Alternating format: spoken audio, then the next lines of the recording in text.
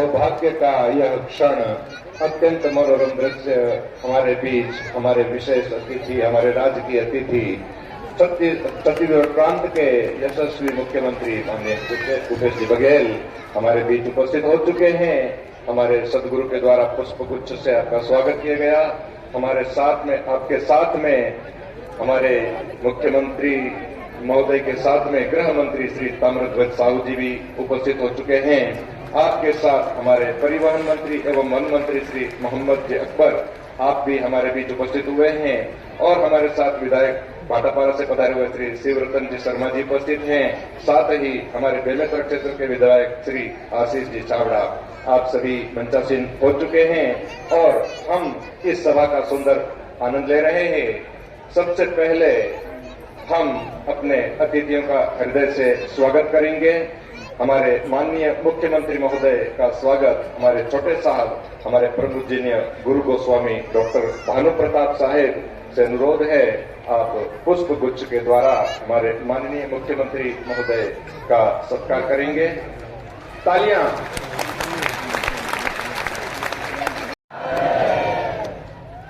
मेरे हृदय मंदिर के आराध्य सदगुरु कबीर साहब के पावन चरण कमलों में कोटि कोटि बंदगी करते हुए पूज्य संत समाज और साहब के नेमी प्रेमी सभी भक्तजनों को सप्रेम साहेब बंदगी साहेब। कबीर साहब के पास सबके लिए सब कुछ है।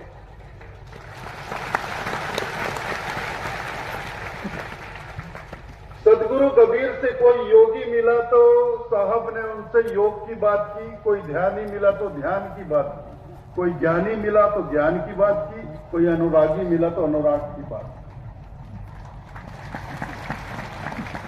तो कबीर पंथ में, साहब के दर्शन में सबके लिए सब कुछ उपलब्ध है।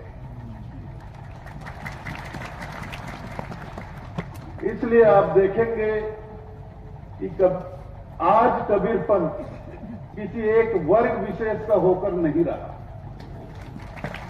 किसी एक संप्रदाय विशेष का होकर नहीं रहा, किसी एक जाति विशेष का होकर नहीं रहा।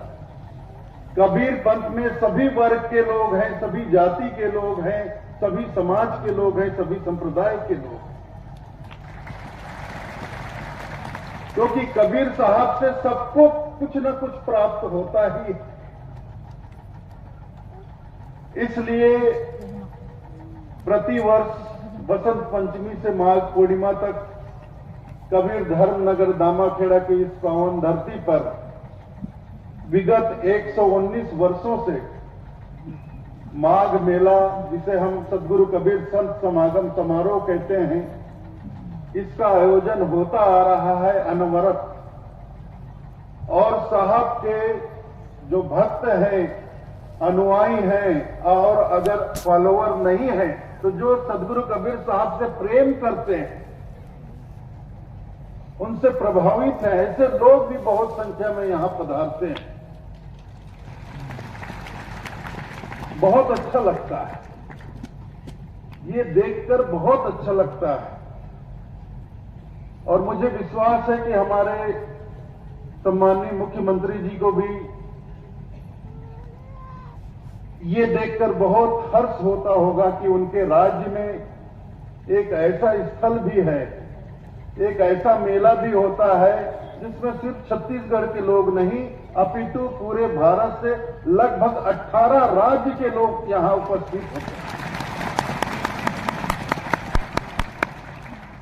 और भारत से ही नहीं, विदेशों से भी लोग यहां आते हैं। नेपाल, भूटान, अभी कुछ दिन पहले कनाडा से होकर गए लोग, अमेरिका से होकर गए लोग, अभी कल कुछ ऑस्ट्रेलिया से लोग आने वाले हैं।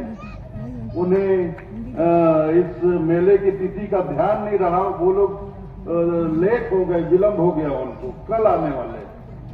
तो विदेशों से भी लोग आते हैं, मॉरिशस से आते हैं, ट्रिनिडाड से आते हैं। तो इतना सुंदर समारोह छत्तीसगढ़ में होता है। और मैं तो साहब के चरणों में प्रार्थना करूंगा कि ये जो दृश्य बना हुआ है, ये भविष्य में अनंत काल तक ऐसा ही बना रहे।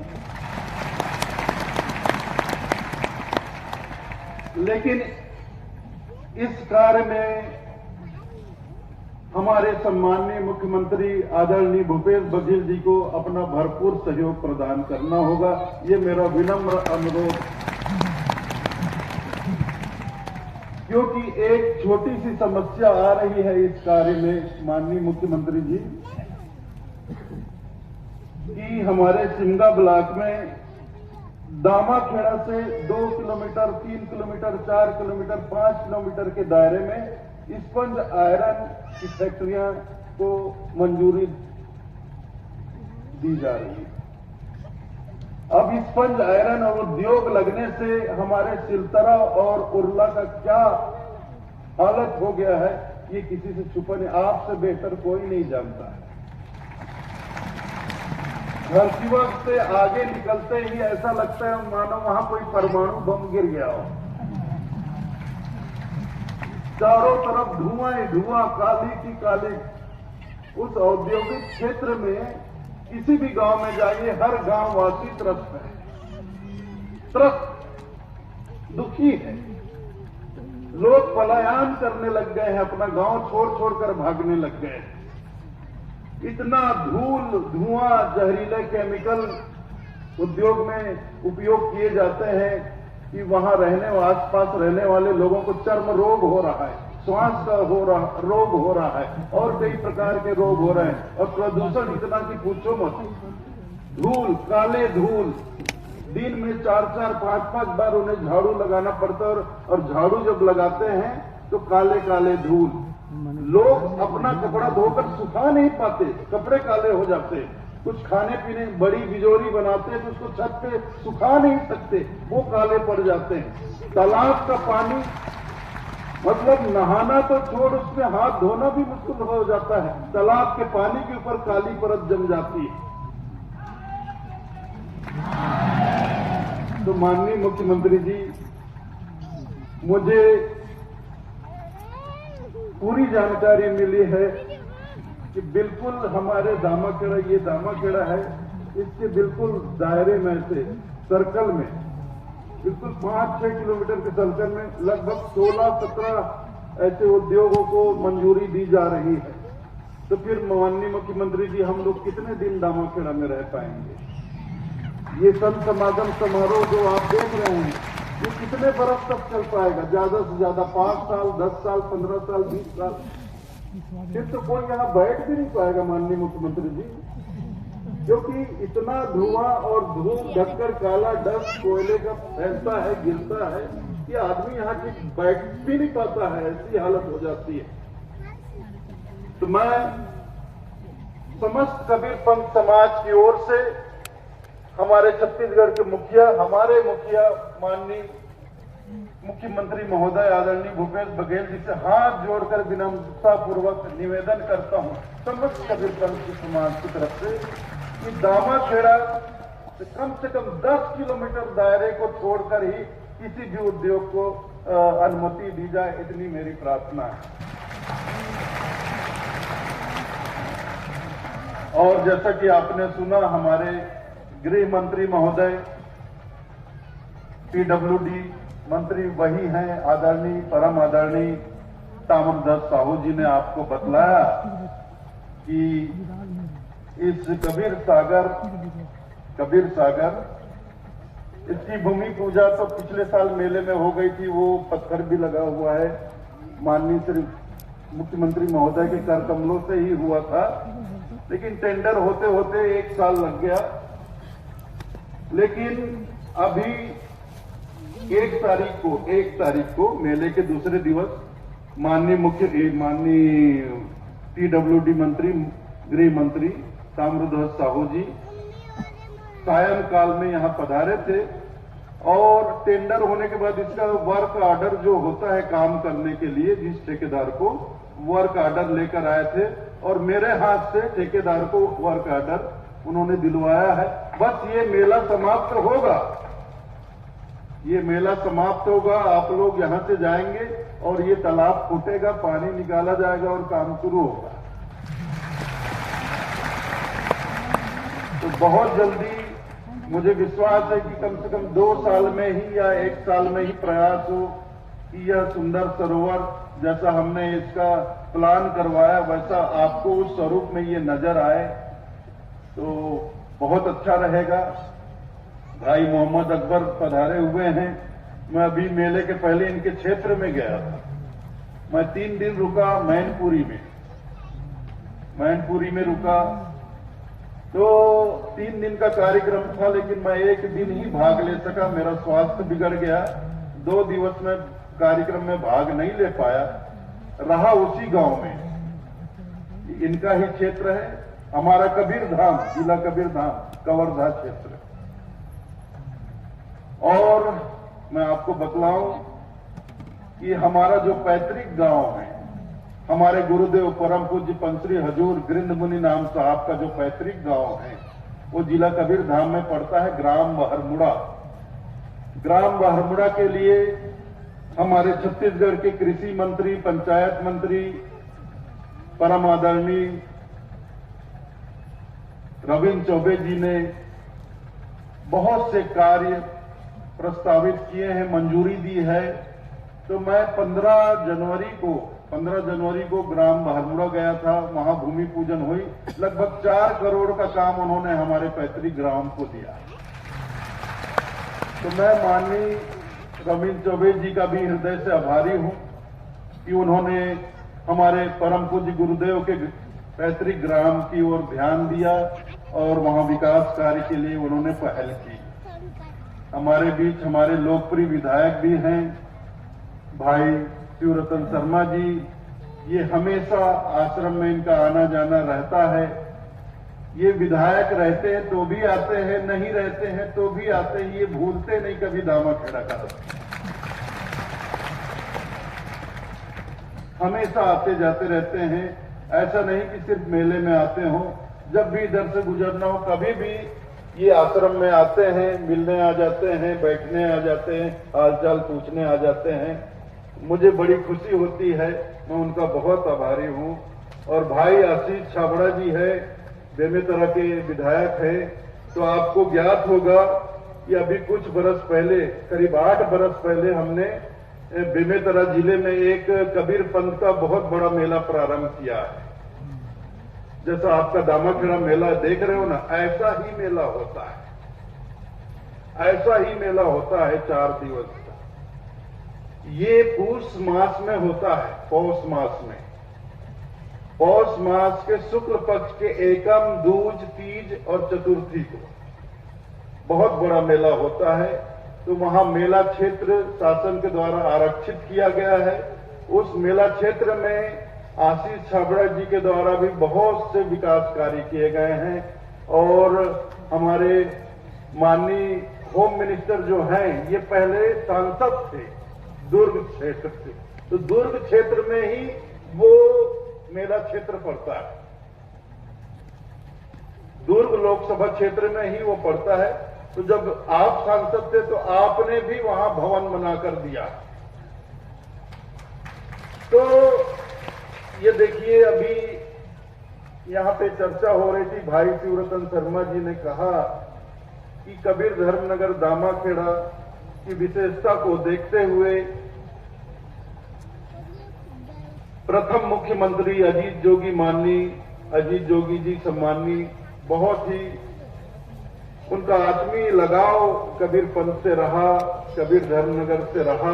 आप सब भली भांति जानते हैं, जब तक रहे अस्वस्थ भी होते थे तो मेले में जरूर आते थे, चाहे आधे घंटे के लिए आए, लेकिन आते जरूर थे। उन्होंने भी कार्य किया। उसके बाद हमारे आदरणीय सम्मानीय डॉक्टर रमन सिंह जी 15 साल मुख्यमंत्री रहे। वे भी लगभग 15 साल में 2-4 साल ही नहीं आए होंगे, बाकी हर साल मेले में आते थे। उन्होंने भी दामाखेड़ा में विकास के अनेक कार्य किए। और अब वर्तमान में हमारे मुख्यमंत्री परम आदरणीय भूपेश बघेल जी हैं। इन्होंने तो इस कबीर सागर का कार्य स्वीकृत करके मतलब ऐसा किया है कि 100 सोनार का 1 लोहार है।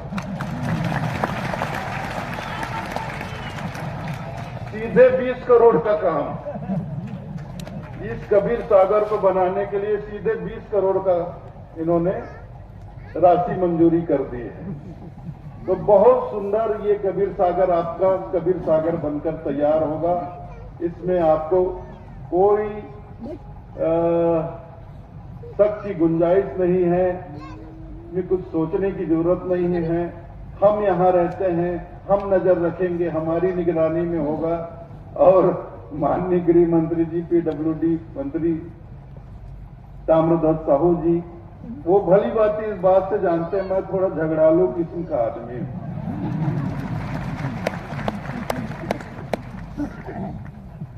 तो इन्होंने तमाम अधिकारियों को और माननीय मुख्यमंत्री जी ने भी तमाम अधिकारियों को निर्देश दे दिया है कि जैसा गुरु जी चाहेंगे काम वैसा ही होगा। तो हम बहुत सुंदर बनवाएंगे इस कबीर सागर को। और एक बार पुनः, बहुत ज्यादा नहीं बोलते हुए, मैं एक बार पुनः अपने तमाम अतिथियों का अपनी तरफ से, तमाम कबीर पंथ समाज की तरफ से, ग्राम दामाखेड़ा की तरफ से यहाँ पधारने के लिए कोटि से धन्यवाद देता हूँ और बहुत बहुत आभार व्यक्त करता हूँ कि आप लोग यहाँ पधारे, इस समारोह की गरिमा को बढ़ाया। इसके साथ ही मैं सम्माननीय मुख्यमंत्री महोदय से बहुत विनम्रता पूर्वक निवेदन करता हूँ कि कृपया यहाँ पधार कर आप हमें आशीर्वाद के 2 वचन प्रदान करें। साहेब बंदगी, जय बंदगी। शांति हुजूर प्रकाश मुनि नाम साहब,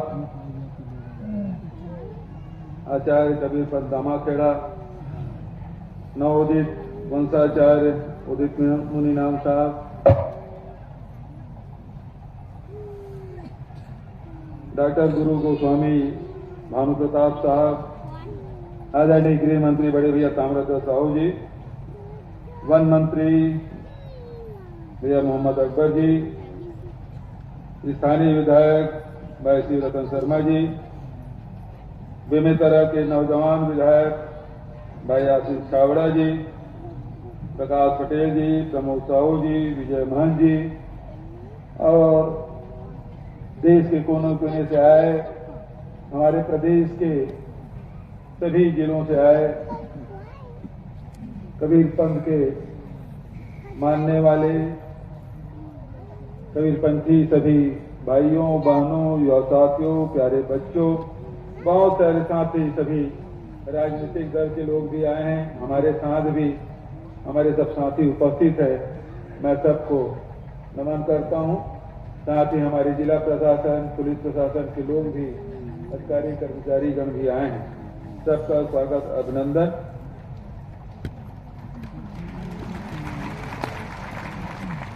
दामाखेड़ा वैसे जब से हम लोग आना शुरू किए उसके बाद से क्रम टूटा नहीं है।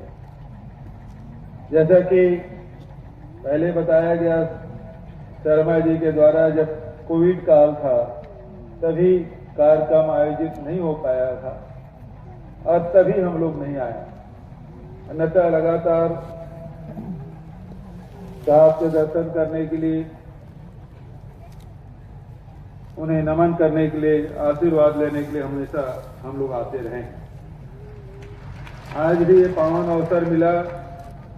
प्रकाश मुनि नाम साहब, नवोदित साहब के भी और डॉक्टर साहब के भी दर्शन के साथ साथ आप सबका भी दर्शन प्राप्त करने का सुअवसर मिला और बड़ी कृपा है प्रकाश मुनि नाम साहब के। उन्होंने आग्रह पूर्वक हम लोगों को आमंत्रित किया, उनका आशीर्वाद तो मिला, आप सबका भी दर्शन करने का अवसर मिला।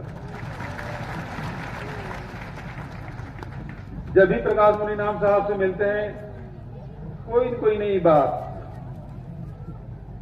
हम लोगों को सुनने को मिलता है। आज भी कितनी अच्छी बात कही। कबीर जी जिस चौराहे में खड़े हैं उसमें ज्ञानी भी है, ध्यानी भी है, हठयोगी भी है, अनुरागी हैं। आज इन्होंने ये बातें कही। जब हम लोग बेमेतरा में कार्यक्रम में थे, तब उन्होंने साहेब बंदगी का अर्थ हम लोगों को समझाया। हम लोग तो समझते थे साहेब बंदगी कर रहे हैं मतलब आपको साहेब बंदगी कर रहे हैं, लेकिन साहब ने बताया कि साहेब बंदगी आपके अंदर जो साहब बैठे हैं उसका बंदगी मैं कर रहा हूं। बहुत विस्तार से उन्होंने बताया। तो जब भी हम लोग मिलते हैं कोई नई बात, नई ज्ञान की बात हम लोगों को सीखने की मिलती है।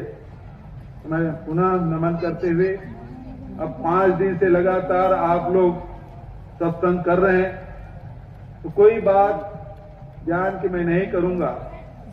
कबीर जी के बारे में आप सब मुझसे ज्यादा जानते हैं, क्योंकि आप कबीर पंथी हैं। कबीर को आपने सुना है, कबीर को आपने पढ़ा है, कबीर को आपने गुना है और कबीर को आपने आत्मसात किया है। और यही कारण है कबीर पंथियों की अपनी अलग पहचान है।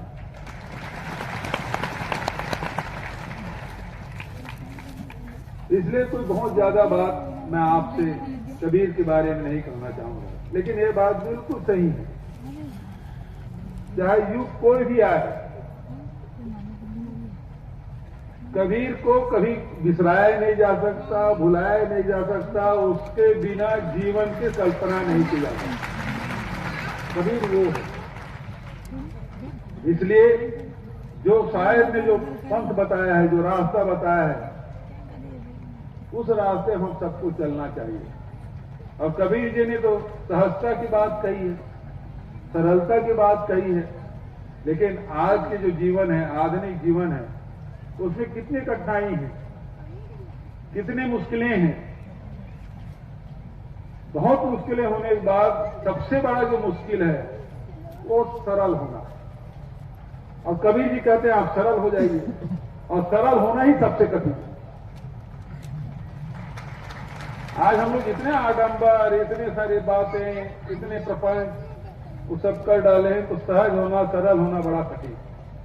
और सरल होना है तो फिर साहेब के पास आना होगा, और जब साहेब के पास आना है तो आपको सब कुछ भुला के आना है।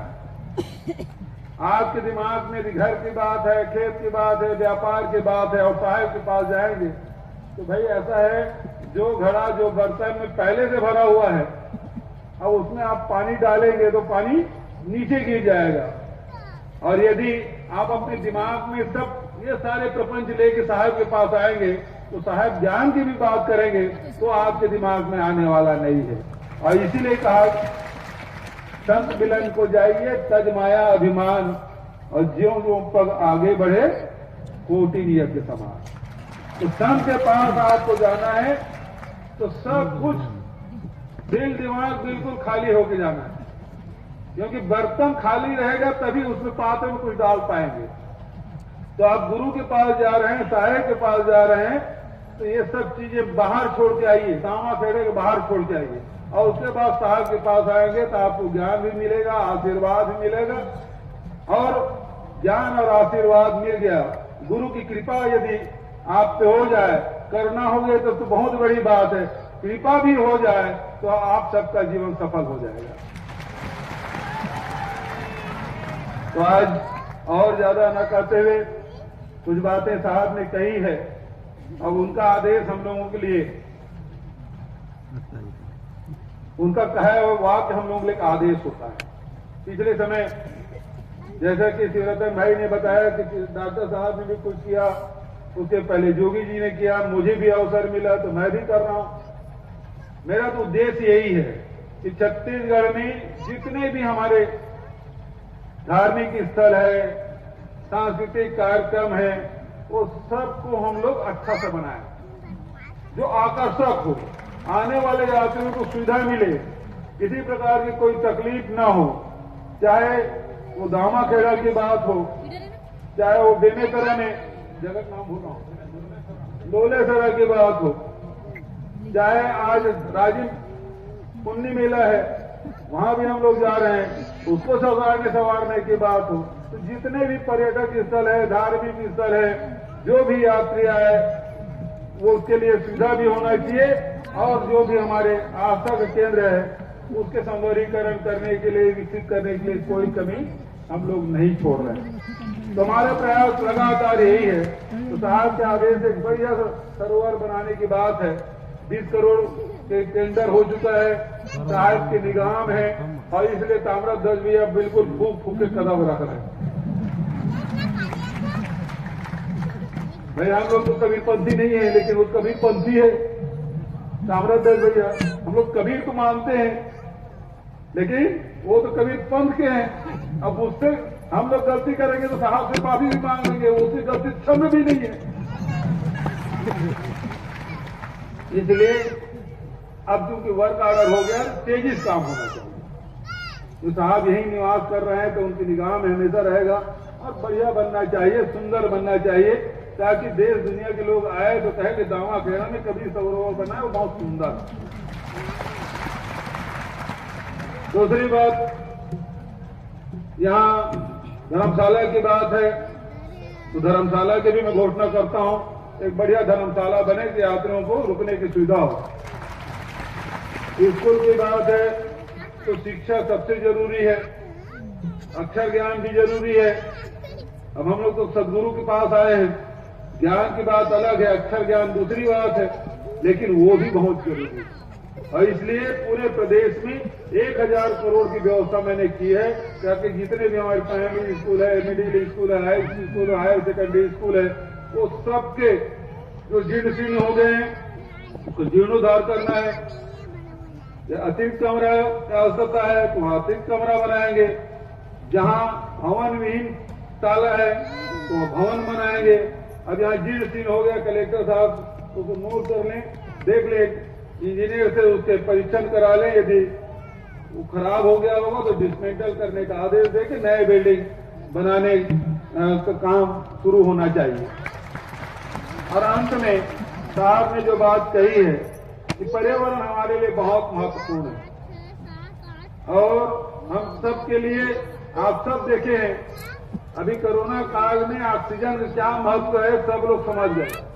उससे पहले मुफ्त मिलता था तो किसी को समझ नहीं आ रहा था, क्योंकि प्रकृति ने, ईश्वर ने हम सबको ये हवा पानी ये मुफ्त दिया हुआ है।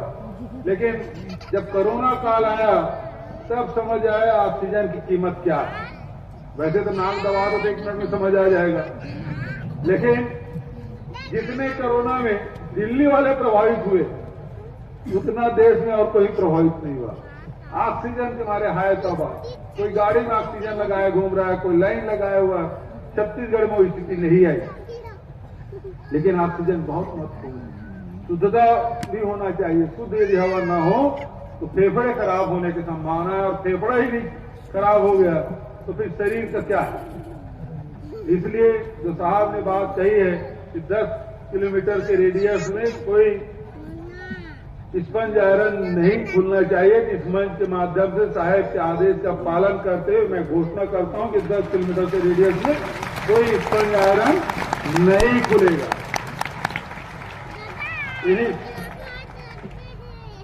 इन्हीं शब्दों के साथ पुनः प्रकाश मुनिनाथ साहब के श्री चरणों में श्रद्धा सुमन अर्पित करते हुए, नवोदित साहब को भी नमन करते हुए और भानु प्रताप साहब को भी नमन करते हुए अपनी वाणी कहीं विराम देता हूं। धन्यवाद। जय हिंद, जय छत्तीसगढ़। बोलो कबीर साहेब की, जय गुरु कबीर साहेब की, साहेब बंदगी।